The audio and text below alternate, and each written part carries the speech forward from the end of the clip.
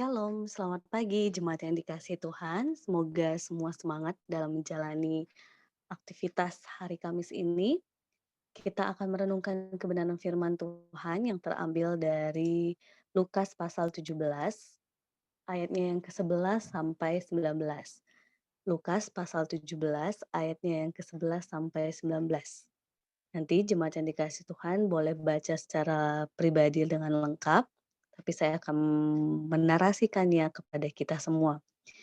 Jemaat yang dikasihi Tuhan pasti pernah mengalami, pengalaman ketika ada orang di sekitar kita yang isi mulutnya, pikirannya, hatinya mungkin yang selalu mengeluh dan mengeluh. Banyak hal yang dia tidak lihat sebagai penyertaan Tuhan, banyak hal yang dia tidak merasakan cinta kasih Tuhan dengan kacamatanya. Tetapi ada juga mungkin orang-orang di sekitar kita yang dia mengalami sebuah peristiwa luar biasa yang itu mengubah hidupnya yang akhirnya dari situ dia bersyukur terus dan bersyukur terus.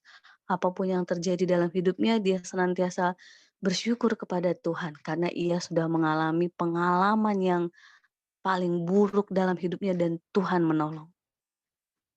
Nah, hari ini kebenaran firman Tuhan kita dari Lukas pasal 17 ini menceritakan 2 sisi dari manusiawi kita itu, bersyukur dan tidak ingat untuk bersyukur. Saya tidak akan mengatakan mengeluh terus mungkin ya, tetapi dalam konteks bacaan kita ini tidak ada kata mereka mengeluh, tetapi konteks dalam kehidupan kita sehari-hari biasanya yang terjadi adalah keluhan dan keluhan begitu ya. Saat itu ada 10 orang kusta yang berteriak, "Yesus, Guru, kasihanilah kami." Saya membayangkan ketika Yesus lewat dan mereka menjaga jarak karena konteks pada masa itu orang-orang yang sakit kusta itu sangat-sangat dihindari secara sosial, secara jarak juga karena dianggap penyakit yang bisa menularkan kita. Sehingga ketika mereka berkata, "Kasihanilah kami," ini merupakan satu bagian mereka benar-benar memohon kasih Tuhan untuk menolong mereka. Apalagi mereka dengan konteks mendengar bagaimana Yesus menyembuhkan banyak orang, bisa jadi mereka benar-benar berharap pengasihanan Tuhan Yesus sehingga mereka mengalami pemulihan. Singkat cerita, mereka akhirnya disembuhkan. Di antara 10 orang kusta itu, ternyata hanya ada satu yang kembali sambil memuliakan Allah dengan suara nyaring, lalu tersungkur di depan kaki Yesus dan mengucap syukur kepadanya. Mereka dari mana?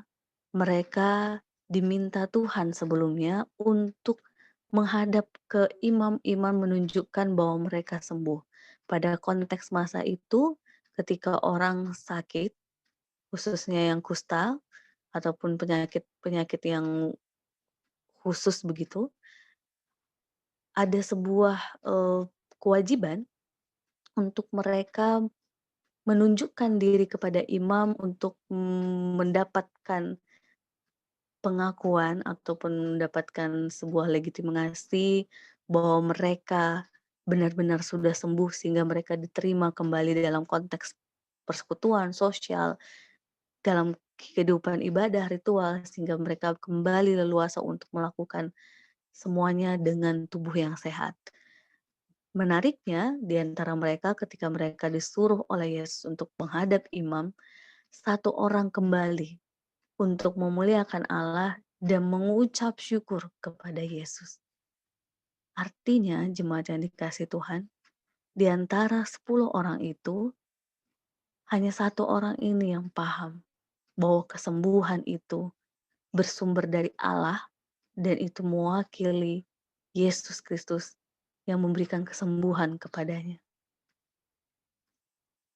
Dari sini sebenarnya kita belajar bahwa orang yang telah mengalami secara personal akan anugerah Allah, pasti hidupnya penuh pengucapan syukur.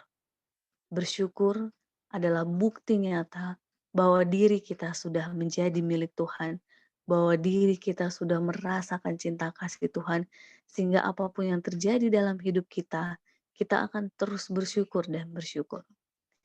Saat ini, lagi dan lagi, saya meminta untuk kita semua mengingat perjalanan hidup kita sampai saat ini, kebaikan Tuhan yang paling luar biasa yang kita alami, sehingga itu membuat kita bersyukur luar biasa.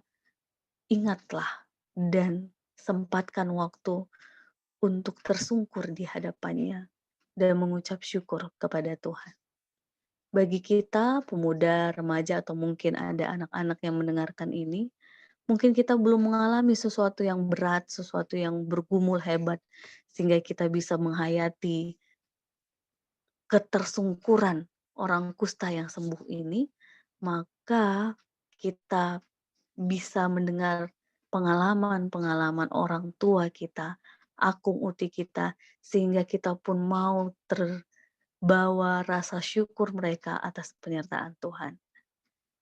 Selamat bersyukur, selamat menjalani hari dengan sukacita, dan pujilah Tuhan atas segala sesuatu yang kita alami, miliki di dalam kehidupan kita saat ini. Tuhan Yesus memberkati. Amin.